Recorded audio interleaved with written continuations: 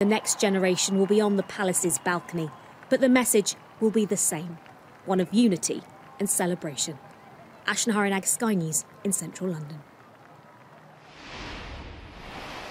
Well, joining me now is royal commentator and founder of the Crown Chronicles, Victoria Howard.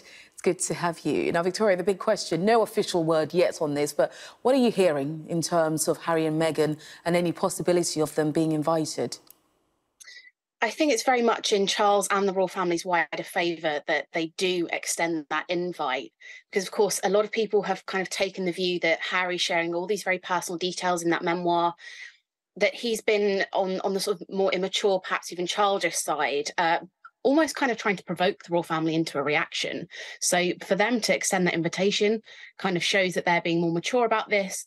They can see that potentially there is room for reconciliation. But I do think it's in the royal family's best interest to do so, to actually invite them over. Whether they attend, of course, is another matter entirely. And you can't ignore those two, can you? Because the story of the day will involve them, whether or not they are there. But I'm keen to get your view on what you think their absence will signify. What kind of message will their absence send? I think there's a couple of elements to that. So, of course, one, it would be that actually Harry and Meghan decided to step back from the royal family and they've made a life outside of the royal family in the United States, and that this coronation would then be very much a royal family, a personal event in that way of working members of the royal family. Of course, we probably will see, non-working royals there too. For example, Zara and Mike Tyndall as Princess Anne's daughter and son-in-law. Sorry.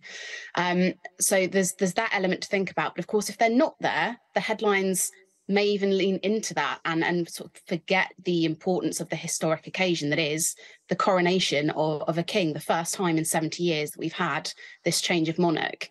So I do think that actually it's a very difficult line for the royal family to tread, to really have the focus where it needs to be.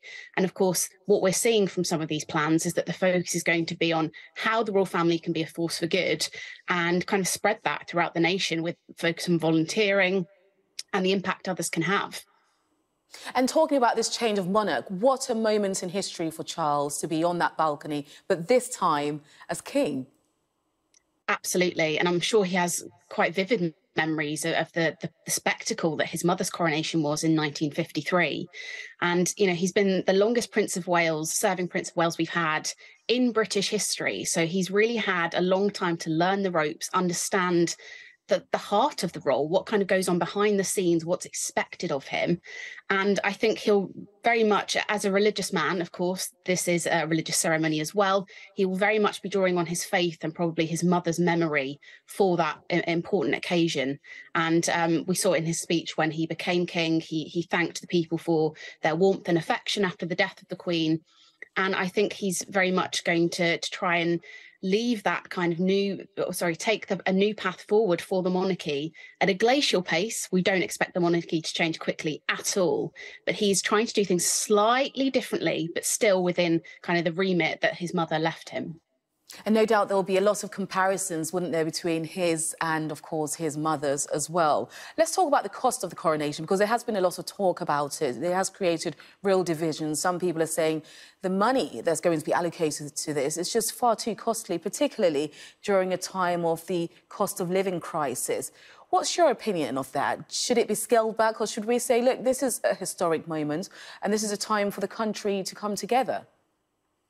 So that's one of the main things, or the main advantages of having a monarchy. They can be a uniting force. We definitely saw that with the late Queen and her COVID message, we will meet again.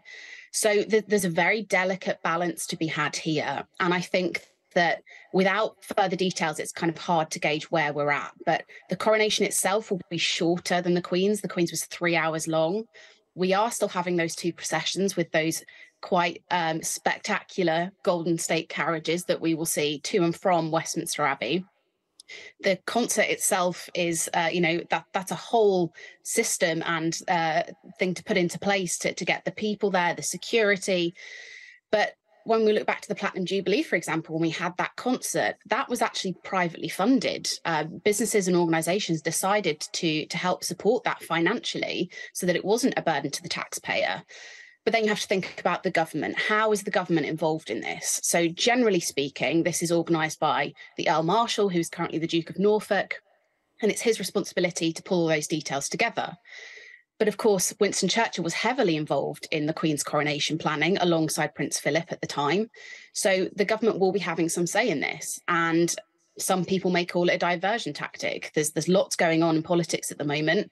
Let's give the people a big show about the royals, which they tend to get behind. They tend to be relatively popular. And then that will divert some of the attention away from some of the political issues we're having at the moment. So it remains to be seen, but there's definitely a lot of detail there, and it could go either way. Absolutely, and we will be keeping a close eye. Victoria, thank you very much. That's Victoria Howard, who's a royal commentator and founder of the Crown Chronicles. Thank you.